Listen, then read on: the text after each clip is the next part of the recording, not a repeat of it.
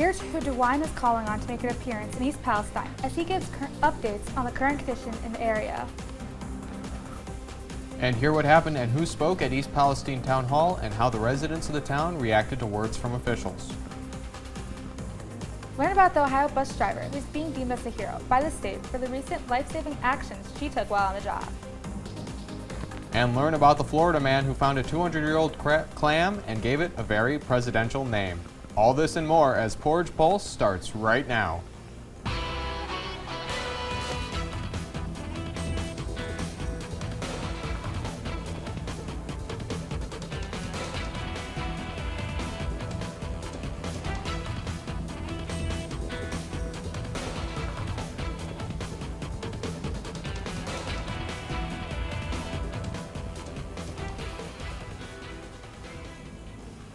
Good afternoon, Portage County, and welcome to this week's episode of Portage Pulse. I'm Nikki Gasiewski. And I'm Joe Malbin.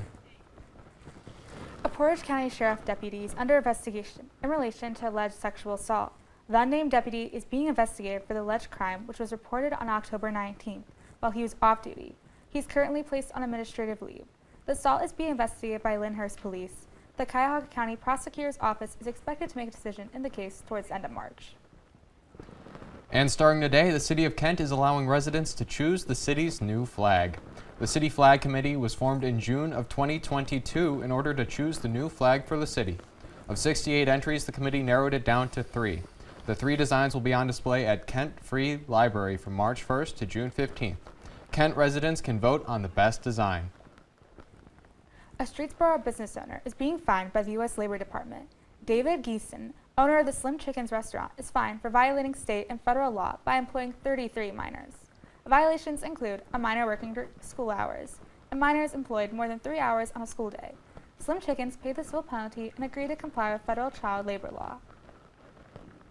And due to the popularity of the concealed carry workshops offered last month, Summit County plans to offer more. The workshops will provide gun owners information on the new gun laws in Ohio and how to properly handle and store a gun. The next workshop will be on March 29th from 7 to 9 p.m. at the Fairlawn Kiwanis Community Center. To register, visit the CCW section of the Sheriff's website, sheriff.summito.net. Governor DeWine is calling on Biden to make a visit to Ohio. Thursday, DeWine appeared on Fox News to discuss how Ohio is handling the train derailment. During his appearance, DeWine called on President Joe Biden to visit East Palestine. DeWine said, quote, "The president needs to come. The people want to see the president. He should be here." He also said he was being in touch with the EPA and the air quality issue will be temporary. There is action going on in the state legislature, and I applaud that. But the reality is that with the preemptions that we've had over the years and the way the laws are today, if we want to make sure there's action taken quickly and it's universal throughout this country, it obviously has to come from the federal government. Norfolk Southern CEO Alan Shaw has agreed to testify before the U.S. Senate Environment and Public Works Committee on March 9th.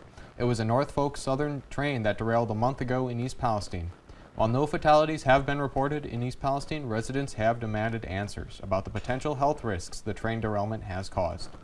On Wednesday, Republican J.D. Vance and Democrat Sherrod Brown led a group of senators introducing legislation to prevent further train disasters. Residents of East Palestine interrupted Norfolk Southern officials at Thursday's town hall. Officials were interrupted with questions regarding cleanup efforts. Norfolk Southern official Darrell Wilson said, quote, "We're going to do the right thing. We're going to clean up the site." He was interrupted by dissent from audience members. Officials from the EPA said during Thursday's event that Norfolk Southern plans to remedy the site of the train derailment. The best we can here. Okay. And by the way, just so everybody knows, I've tried to keep my cool and now I've lost it, and I apologize. Right. I'm a part-time mayor. I have to feed my family too. I understand. And old-fashioned detective work and modern DNA tech are helping officers in Northeast and Central Ohio identify victims in 40-year-old cases. Youngstown Mayor Tito Brown and Youngstown Police Chief Carl Davis announced a major breakthrough for police work. At the press conference, the Bureau of Criminal Investigation announced that due to 3D facial rendering, remains of unidentified victims were able to be identified nearly 40 years after being found. Ohio Attorney General certifies petition for proposed abortion rights amendment. Attorney General Dave Yost certified the proposed language which would make the right to abortion and other services a part of Ohio's Constitution. The proposed amendment was submitted by Ohioans for Reproductive Freedom and Protect Choice Ohio. It was now sent to the Ohio Ballot Board to determine how many amendments it contains. And a Tecumseh local school bus driver was hailed as a hero after saving a kid from getting hit by a car. Video footage from February 23rd shows driver April Wise stopping to drop a student off when she noticed an oncoming vehicle and stepped in to grab the student right before he was about to get off the bus. The Ohio Department of Transportation told reporters, "We're beyond grateful to April Wise for her dedicated service and instant reaction." Clermont County Sheriff has identified those killed in what's being called as a potential murder-suicide. Steve Kane, Teresa Kane, Ethan Kane, and William Felton were found dead at the Rebel Ridge Drive home. They all died from gunshot wounds. Samantha Kane was shot but survived and remains in critical condition at the University of Cincinnati's Medical Center. Clermont Sheriff's Office has not found any responsible for the killing.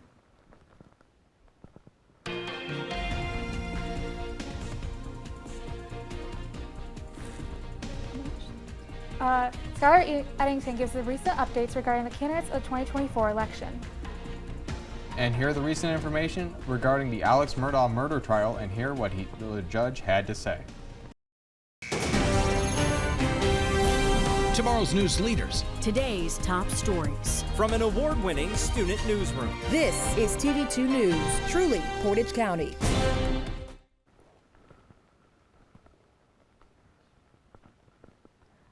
Welcome back. The 2024 election is coming sooner than you may think, and candidates are already making their campaign efforts. Our reporter Skylar Eddington has the updates regarding the candidates to look out for. Skylar? That's right, guys. Both the Republican and Democratic candidates are making efforts to draw in audiences prior to election season.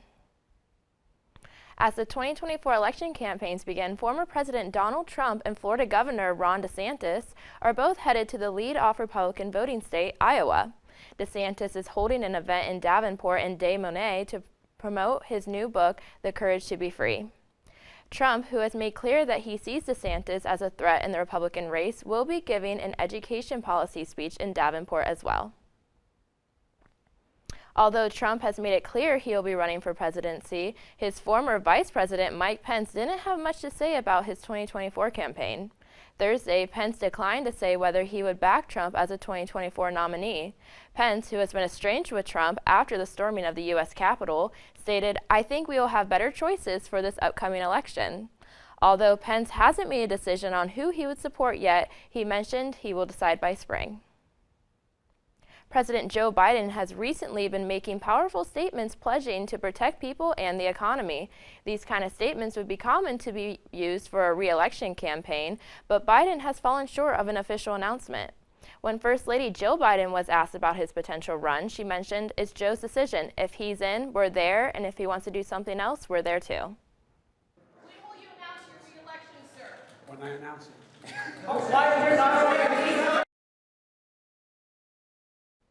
Best-selling self-help author Marianne Williamson has announced she will be running for president again, which will make her the first Democrat to challenge Joe Biden in the 2024 election. Williamson is kicking off her campaign Saturday with an event being held in Washington. She mentioned that she hopes to bring an aberrational chapter of our history to a close and to help bring forth a new beginning. That's all I have for you today. If you would like to keep up on political news, tune into TV2 and KentWire.com. Reporting for Portage Pulse, I'm Skylar Eddington. Back to Nikki and Joe at the desk. Thanks, Skylar. Tennessee becomes the first state to pass a ban on public drag shows. Tennessee Governor Bill Lee signed a bill banning drag shows in public places. In the same sitting, Lee signed a bill banning gender-affirming health care for Tennessee youth. The announcement of the bill coincides with a yearbook photo of Lee in drag resurfacing on Reddit. Other states are considering proposing legislation similar to Tennessee's drag ban. And former lawyer Alex Murdaugh has been sentenced to life in prison. Murdaugh was convicted to life in prison after he was deemed guilty for murdering his wife and son. During his trial, Murdaugh admitted that he consumed roughly 2,000 milligrams of oxycodone per day in the months leading up to the murder of his wife Maggie and son Paul. The defense is expected to appeal Murdaugh's conviction. Might not have been you. It might have been the monster you become.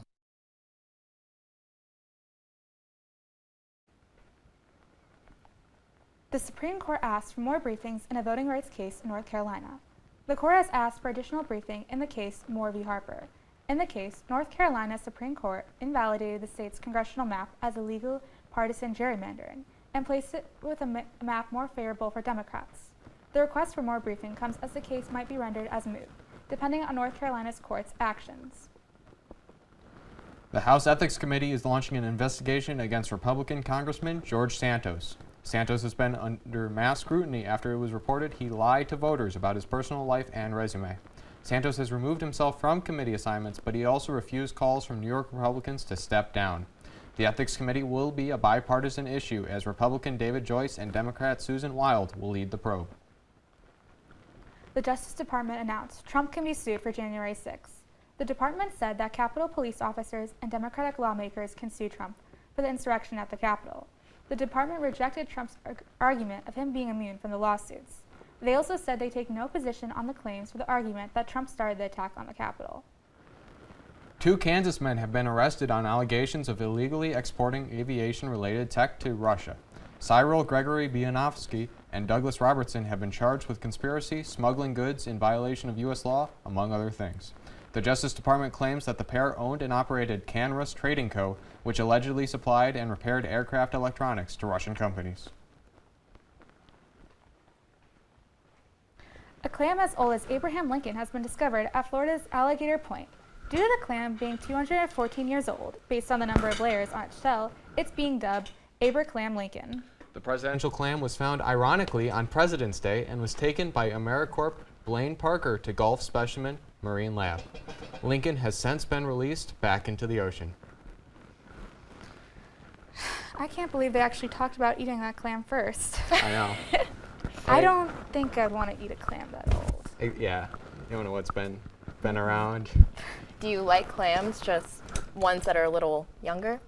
Oh, definitely younger ones. Sorry to be Never had ageist. to Really? Yeah. Never? Yeah. I I'm a don't know. seafood guy, but I've never had clam. So.